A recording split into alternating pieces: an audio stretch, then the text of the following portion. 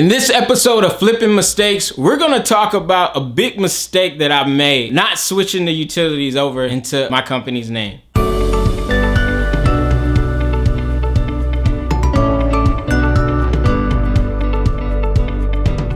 All right, so we had just closed on one of our biggest deals yet. A property in Lincoln Park in a townhome gated community, beautiful property. It barely needed any work. We paid about $385 for it. It was one of our biggest purchases that we've ever done. I went over to the property. I was like, hey, this is finally mine. I was so excited, but I forgot to do a big thing. I forgot to switch the utilities into my name. Now, this has happened to me before. I forgot to switch it into my name. 3-4 weeks go by and I remember. And I call them up, get it switched over, everything's fine. On this particular property, I went to it was December. So I live in Chicago. And I'm not sure if any of y'all been in Chicago in the wintertime, but it gets stupid cold, bitterly cold. And it's the windy city, so that makes it even worse because the wind is just hitting you in the face. And sometimes that wind alone can be -15. So we end up getting to the house, we check it, everything's fine, heat's on, and it's going into the holiday season. I was there on the 17th and everything was fine. We're supposed to start the project January 15th. We get through the holidays. I'm going through everything at work and it's time to start the project. So I go to the property just to make sure everything is okay. The second I open the door, I realize something is terribly wrong. It's as cold outside as it is inside, and there's no lights, there's no power. Oh shoot. I'll go to the bathroom and the toilet is literally cracked open. Oh shoot. I go to the kitchen sink,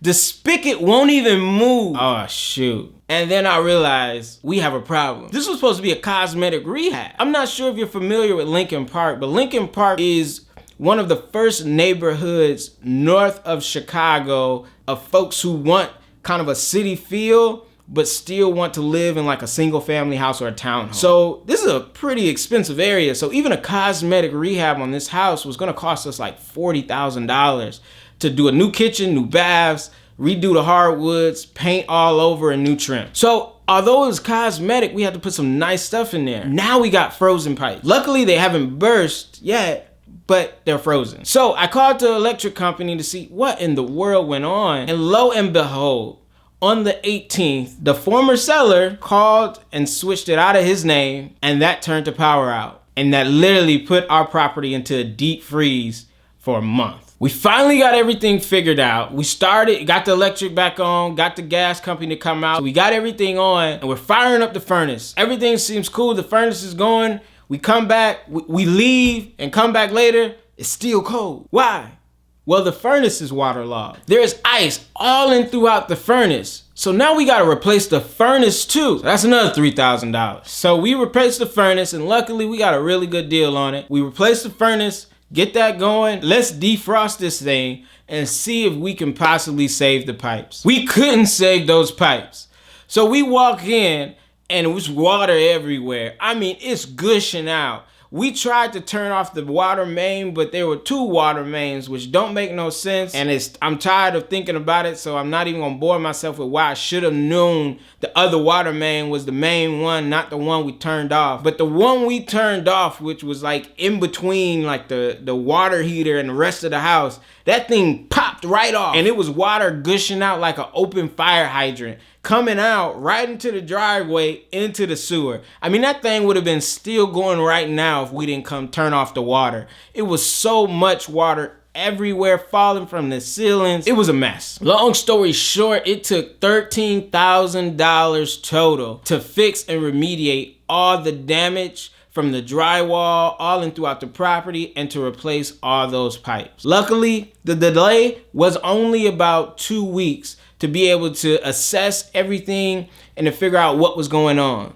Now, you said it cost $13,000. But what about your insurance? To be honest, that deserves a whole nother video, but long story short, the insurance didn't cover it.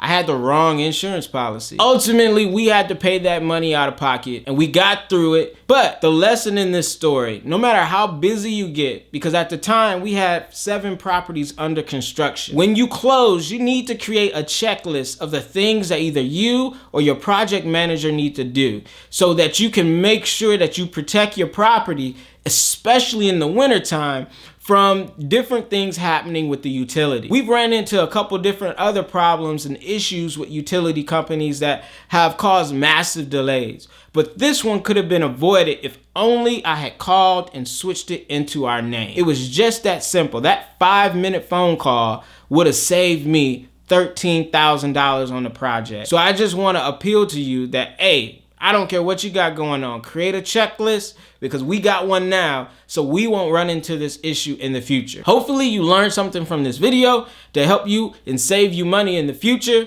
If so, like it, share it, and comment below if you have any questions on how we did the process or anything about your projects. I'm more than happy to help you. Well, that's it, guys. See you later. Until next time. Bye.